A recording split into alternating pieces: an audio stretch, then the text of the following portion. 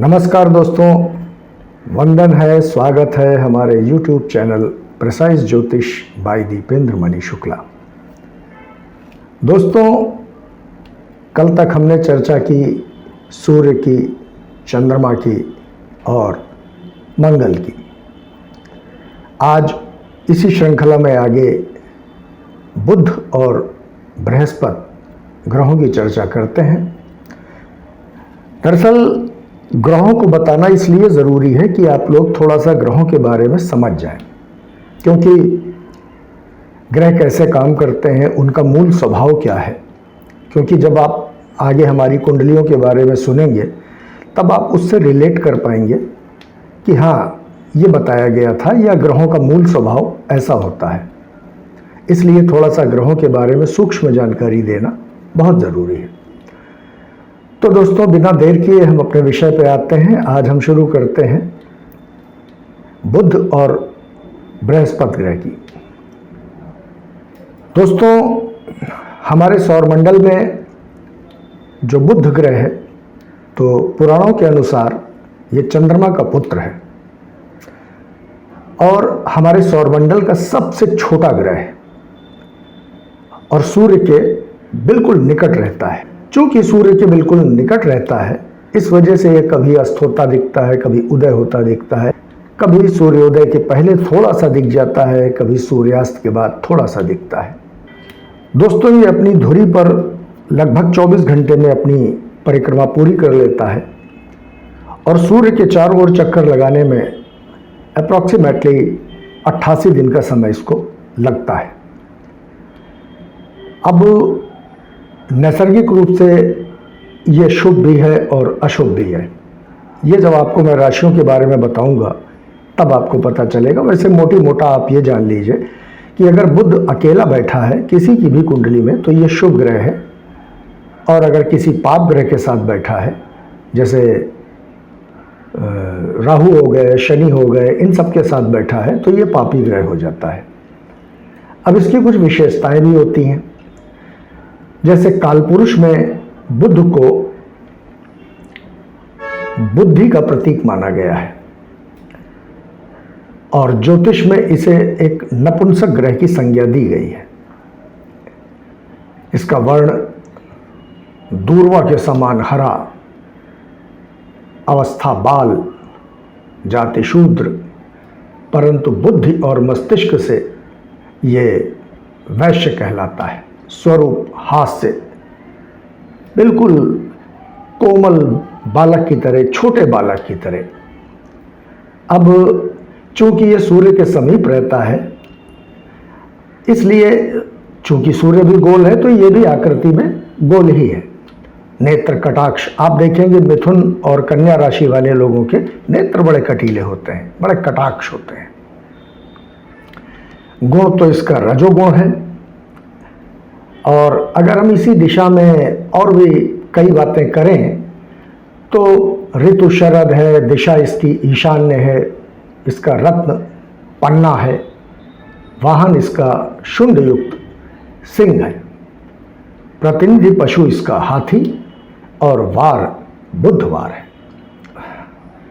दोस्तों, मुख्य रूप से ये व्यवसाय का प्रतिनिधित्व करता है, आपकी वाणी का प्रतिनिधित्व करता है, आपके कूटनीतिज्ञ, ज्योतिषी, लेखक, तार्किक विषय, संपादक, प्रकाशक, अभिनेता, किसी प्रकार का कोई शिल्प काम करने वाला, खिलाड़ी, वैज्ञानिक, इंजीनियर, अकाउंटेंट, चार्टर्ड अकाउंटेंट, इस तरह के जितने भी कार्य हैं उन सभी का प्रतिनिधित्व करता है।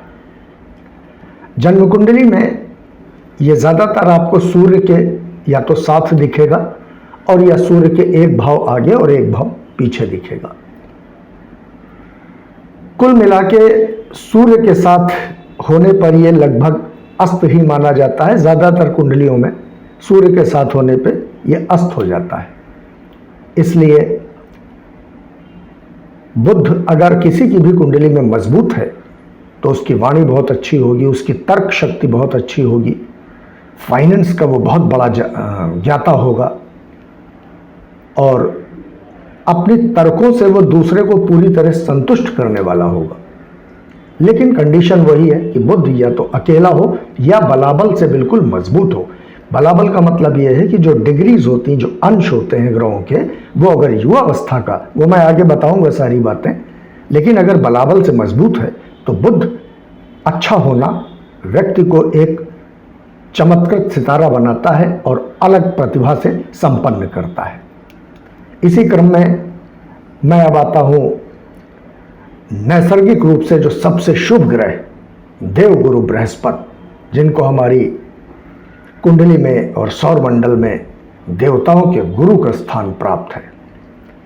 दोस्तों, किसी की भी कुंडली में अगर बाकी के कुछ ग्रह कमजोर भी हैं, लेकिन अगर सिर्फ अकेले देवगुरु बृहस्पति मजबूत है तो उस व्यक्ति की पूरी कुंडली को मजबूत कर देते हैं।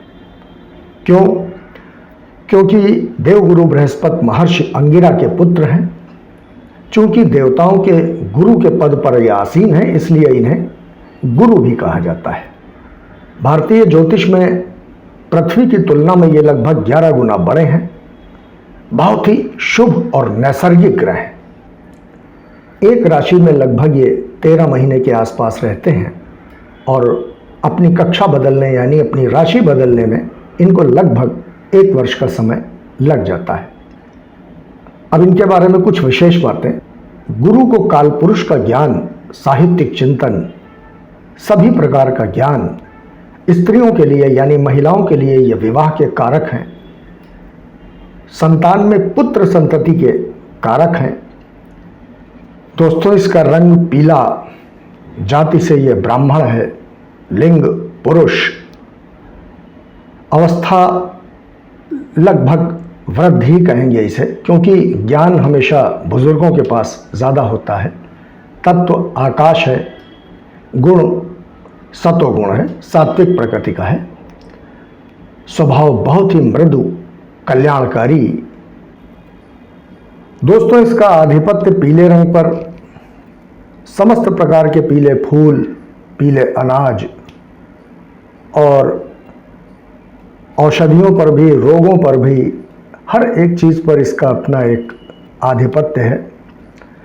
मानव शरीर पर अगर इसकी बात की जाए तो कमर से लेके और जंघा तक इसका अधिकार क्षेत्र होता है। ये हमारे जीवन में सभी प्रकार के विकास, कल्याण, राजनीति, पौरोहित्य, किसी प्रकार का ज्ञान, हेड टू हेड स्टडीज़, संगीत का, साहित्य का, हर चीज़ का ज्ञान का कारक कहा गया है। कुंवारी कन्याओं के लिए अगर हम बात करें तो विवाह का कारक है। किसी भी प्रकार की सफलता के लिए देवगुरु बृहस्पति का मजबूत होना कुंडली में बहुत ज़रूरी है। अगर देवगुरु बृहस्पति अकेले मजबूत हैं तो पूरी की पूरी कुंडली को बलि कर देते हैं। तो दोस्तों, आज मैंने बुध और बृहस्पति, जो कि नैसर्गिक रूप से अत्यंत शुभ ग्रह हैं देवगुरु बृहस्पति, उनके बारे में एक सूक्ष्म चर्चा आपसे की। ऐसे ही आगे कल मेरी ये ग्रहों की श्रृंखला लगभग पूर्ण हो जाएगी और परसों सिर्फ केतु और राहु के बारे में बताऊंगा और उसके बाद मैं बोर्ड पे आता हूँ और संपूर्ण ज्योतिष जो भी मुझे अपने गुरुओं द्वारा प्राप्त है, ऋषियों द्वारा वरदान मिला हुआ है, उनके शास्त्रों को पढ़कर, उनके पुराणों को पढ़कर वो आप तक पहुँचाऊँगा। कितनी राशियाँ, कैसे राशियाँ, किन भावों पे क्या अधिकार क्षेत्र है, किन भावों पे कौन से रिश्तेदारों का आधिपत्य होता है, कहाँ से रोग देखा जाता है, किसकी महादशा कितनी होती है, कौन सा ग्रह कितने दिन किस राशि पर रहता है। एक चीज़ और बड़ी क्लियर कर दें कि जैसे शनि के बारे में कहा गया है कि शनि जहाँ देखते हैं उस भाव का नाश करते हैं, क्योंकि दुख प्रदायक ग्रह हैं। लेकिन देवगुरु बृहस्पति के बारे में एक सबसे बड़ी अच्छी बात यह है कि देवगुरु बृहस्पति जहाँ देखते हैं, कहते हैं ना इनके नेत्र में अमृत है। ये जहाँ देखते हैं, दरअसल इनको 3 दृष्टियाँ प्राप्त हैं। पंचम, सप्तम और नवम ये जहाँ देखते हैं उन ग्रहों को बलि कर देते हैं, फलीभूत कर देते हैं। अगर किसी भाव में ये अकेले बैठे हैं तो उस भाव का नाश करते हैं, उस भाव को खराब करते हैं। लेकिन देखते जहाँ हैं उन भावों को बहुत बलि कर देते हैं। इसलिए प्रिय दोस्तों, देवगुरु बृहस्पति को मजबूत करने का सबसे एक सरल और आसान तरीका है कि जितने भी आपके संपर्क में पिता तुल्य लोग हैं, गुरु तुल्य लोग हैं, उनका सम्मान करिए। बड़े भाइयों का भी कारक है, बड़े भाइयों का सम्मान कीजिए। भगवान विष्णु की, राम की और कृष्ण की आराधना कीजिए। इससे आपका गुरु बली होगा, आपके अंदर ज्ञान का एक नव संचार होगा। तो दोस्तों, नवरात्र का पावन समय चल रहा है। माता जगदम्बा आपको धन, यश, कीर्ति से समृद्ध करें।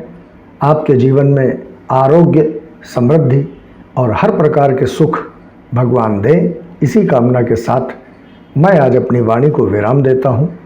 एक बार पुनः वंदन है, आपके भीतर बैठे हुए परमात्मा को नमन है। जय गणेश। कल पुनः भेंट होगी। और दोस्तों, हमारे चैनल को सब्सक्राइब कर दीजिए, शेयर कर दीजिए और लाइक कर दीजिए।